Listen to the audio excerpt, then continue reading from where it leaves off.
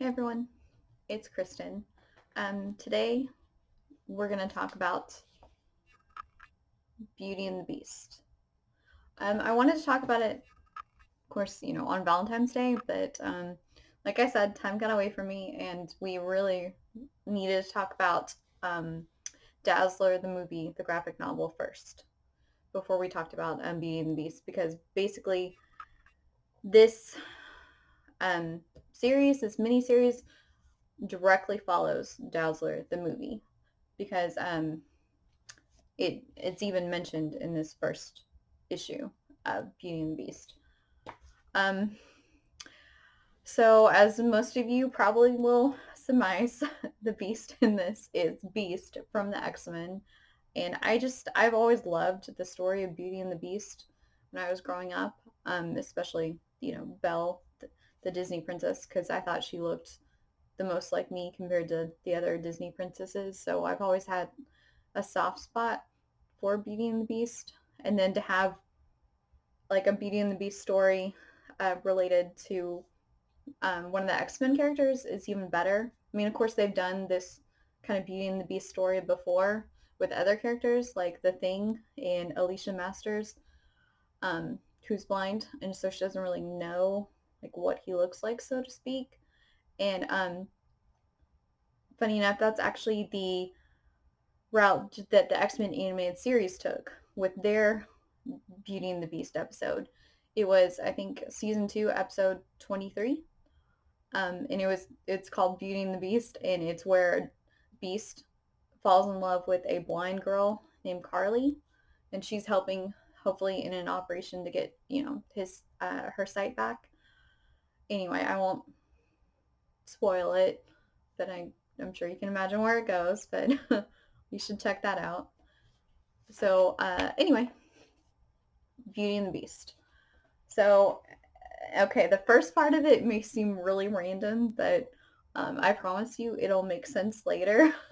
So we open on Doctor Doom in Latveria, interestingly enough.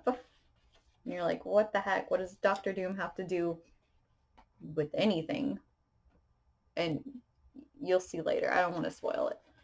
So Doctor Doom's servant is like, I have another transmission for you from your son. He's in California now. And of course, Doom's like, I have no son. I am Doom. I am the one and only. He thinks very highly of himself. He's like, there can only be one Doom. So, because this woman came to him claiming that, this boy, her son, was his son. And he's never claimed him. He's like, no, I don't have a son. But he's very, very dramatic about it in true Doom fashion. And then you see Beast. He's in Hollywood taking a break from the Defenders because, of course, Beast has been a member of the X-Men, the Avengers, and then the Defenders. And the Defenders, I think he was only a member of for a short time because they actually killed the series because they wanted to use Beast, Angel, and Iceman, who were on the Defenders team. They wanted them to go back to the X-Men to use them in the X Factor books. So that's what happened to the Defenders. They had a rotating roster of different superheroes, and in the beginning they were just really scattered. It wasn't even an organized team. But then Beast came along and he organized it. But like I said, he wasn't on there for that long. So he's in Hollywood visiting his friend Wonder Man, who's an Avenger. And you can see right here,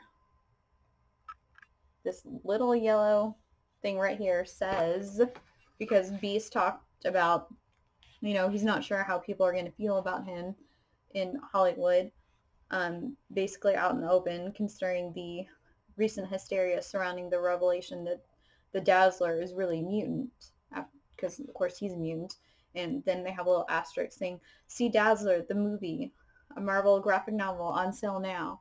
So that's why we had to talk about Dazzler, the movie first, because that is directly after or directly before this. So here we go. So Beast goes through the city, sees all the sights that you would normally go to see. Basically just talking to himself and saying. And then one of these, which I find interesting, is he sees a poster of Dazzler that's been kind of ripped and it says mutants across it. And he's like, poor Dazzler. And he's like, yeah, the town really does love a star, to death. And he's like, gosh, she's pretty. And he remembers, the whole, when he met her, she seemed so sweet, so innocent, and he's like, how could the world treat someone so beautiful in such an ugly way? And so basically Allison is at a party, and this is basically the first party, she says, that she's been in, out in public in quite a while. And this guy approaches her and he's like, oh my gosh, I recognize you. I'm such a fan. And she's like, I don't know. I mean, I'm not sure about that. I don't know. I'm not sure how to take it.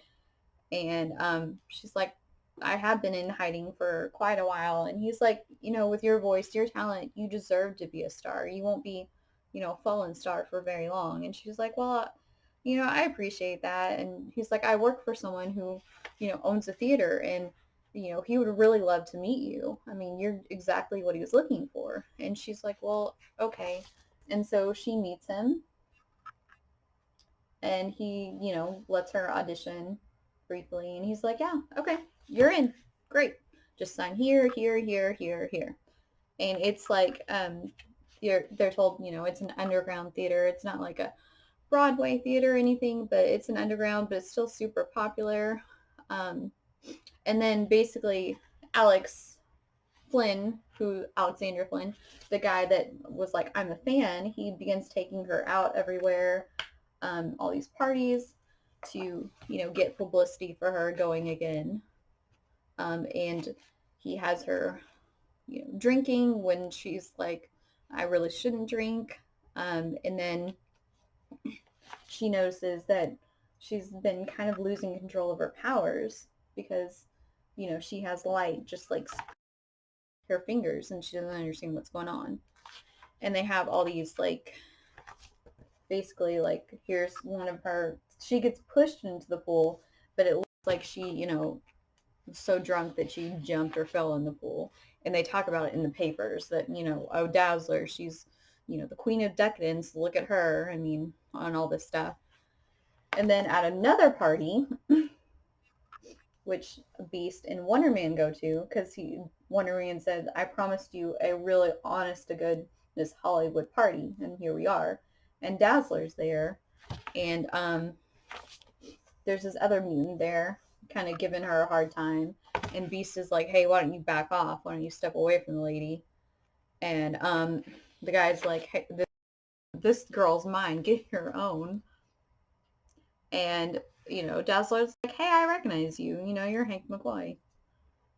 And the boss, Hugo, who's kind of a slimy guy, he's like, hey, over to them and like, hey, who's your new friend? We could feature him and you in a show and call it Beauty and the Beast. And they're all laughing like, ha ha ha. And Beast gets really upset and grabs him. And Dazzler's like, if you don't want to be called a beast, don't act like one. Chill out. And and he's like, this slime ball is your friend? Are you defending him? Are you part of this crowd? And, the guy who manages her, Hugo, is like, let's get out of here. Let's go. And, Beast is like, something's wrong. Something's going on here. I don't understand what's going on. And Dazzler, again, she's glowing, like, uncontrollably. She doesn't understand why. But basically, she was really rude to Beast. She was very mean. Like, basically back out, stay out of it. That sort of thing. She wasn't very nice to him at all.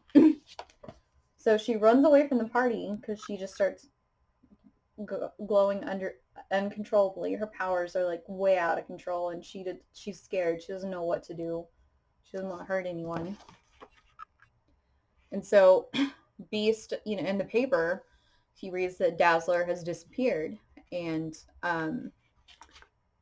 it's the next day, which I find weird that they were right in the paper the next day that Dazzler disappeared, but they have to have something to move the story along a little bit. And so he's staying with Wonder Man, and he's like, "Look, Beast, look at this paper. She's disappeared. I have to find her. I know that girl. I mean, she seemed so kind and sweet. I never thought she would have hung out with that crowd." And Wonder Man's like, "Why are you so worried about it? She didn't seem to care about you at all." And Beast is like, "I don't know. Ever since I saw her at that party, I can't stop thinking about her. I feel like I feel like I need to help her. I don't know why she's stuck in my head all of a sudden." And he's like, "Well," Wonder Man's like, "I've seen that horse face jerk." His name's Rocker, hanging out, at the Village Arms. Maybe he'll know something. So basically, Beast finds him, attacks him, and says, "You better talk. Like, tell me where Dazzler is right now." And the guy's like, "I'm a fighter too. Like, don't threaten me. That's what I do." And in the meantime, Dazzler's still all by herself. She's scared. She doesn't understand what's going on. She collapses on the beach, and someone else finds her. And Beast, continues to fight Rocker, and he does something very unlike him. He actually, threatens him and says, "You need to call your boss and tell me where she is." And he actually uses the phone cord to strangle him, which is very, if you know anything about Beast, his name may be Beast, but he's super gentle and very intelligent and not prone to like rages. This is more like Wolverine behavior, basically, and totally unlike Beast at all. And so Rocker calls his boss, Hugo, and says, "I'm just checking in. Do you want me to, do you know where Dazzler is? Do you want me to check it out?" And he gives him an address. And so Beast says, basically, "Don't follow me, otherwise you'll be sorry," and goes after her.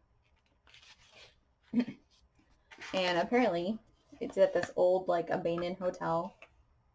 And Poltergeist is there. And I'll tell you more about him in the next episode, because he's actually a very interesting character, and he mentions something very interesting in the next one. So he finds Dazzler. Again, she's out of control. She doesn't know what's going on. And she's like, she says, "Now I'm like a parody of a star. I'm super bright and dazzling, but I'm out of control." And he's like, "It's okay." Beast says, "It's okay. I'm here. I'll take care of you. I don't know what's drawn me to you, but I'll take care of you. I promise. Trust me." So this first issue, it's interesting to me because, of course, they based the Beauty and the Beast cartoon, X-Men cartoon, on this series, and it's just totally unlike Beast. This is very unusual behavior for him. He's not, "Hey, let's beat up people, threaten people, and then talk later." He would prefer, basically, he's one of those people that, violence really isn't the answer, and if we can talk about it or show people that mutants aren't these, violent, terrible people, then that's for the best. So it was just an interesting paradox of his character, because you rarely ever see him behave like a beast. And yeah, she called him out on it when he attacked Hugo. Granted, that guy you know, it's a slime ball, is a jerk, has a reputation, but still, you know, that's so unlike Beast to just act first and think later, because that's, like I said, definitely a Wolverine thing. Okay, so if you'll join me, hopefully, for the second issue. There's 4 issues in this little mini series. So I hope you will join me for the next one. Until then, bye.